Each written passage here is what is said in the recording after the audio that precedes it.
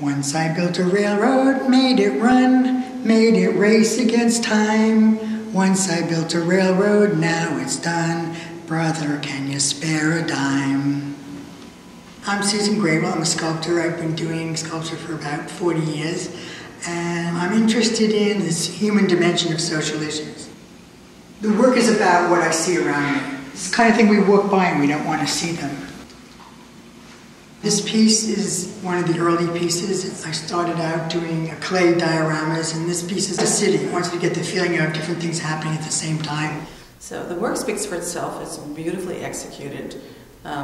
There's both a level of craft and a level of aesthetic adventure. So it spans that whole range of what is craft, what is art. I have a very long interest in Susan's work and the message it conveys, as well as the craft involved in the ceramic pieces. This piece is called Face of the Enemy. It's about the dehumanization of war and to show the real consequences of war. It's not like a blip on the screen. It's they're real people and there's real devastation. Intensive care. This is actually about my niece of 18 months who died of a very rare form of cancer. And this is a portrait of my sister and my brother-in-law and my niece Lisa, and the connectedness of the parents and the child. In the 1980s, I was commuting to a job in the city, and I saw very acutely the juxtaposition of people living on the streets and elegant store windows, and that's where this piece came from, and I started on the work about homelessness. When I was working on the homeless series, I did a lot of work with Project Hospitality, which is the local organization on Staten Island that services the homeless. And in seeing people's reaction to the homeless and in seeing the not in my backyard attitude of people about transitional housing and supervised transitional housing, I started the series of portrait reliefs in boxes. And it's about how the sanctuaries we create for ourselves become our prisons. I use old wood and found wood in these pieces, and that adds another layer of narrative to it. This is the Venus cycle, and it's about aging women's bodies.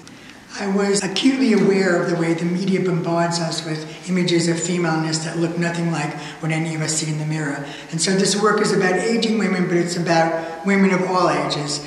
I show the body with all its wrinkles and its bumps and lumps, again to normalize it. Younger women are really drawn to the work also because it tells them that their bodies are okay and it'll be okay later on. So I don't do body casts.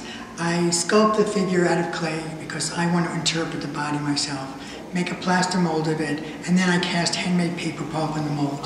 The exhibition really goes through several different bodies of work and traces Susan's evolution as a sculptor. And this piece, which is one of her most monumental, is one of the most recent works. It's done in paper, even though that may be surprising because the volume seems so solid. What she's starting to do here and in some of the other recent works is multiplying the figures so they almost start to march out and advance on the viewer. These are holograph prints and they're made from compressed sculptures. I compress the sculptures and then ink it up and put it through an etching press.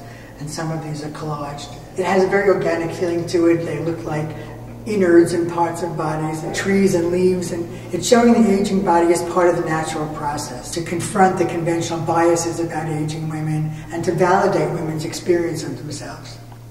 You know, everybody loves beautifully made objects. Everyone respects technical expertise. So if you take technical expertise and the social conscience, then an artistic vision is just like a slam dunk home run for Susan.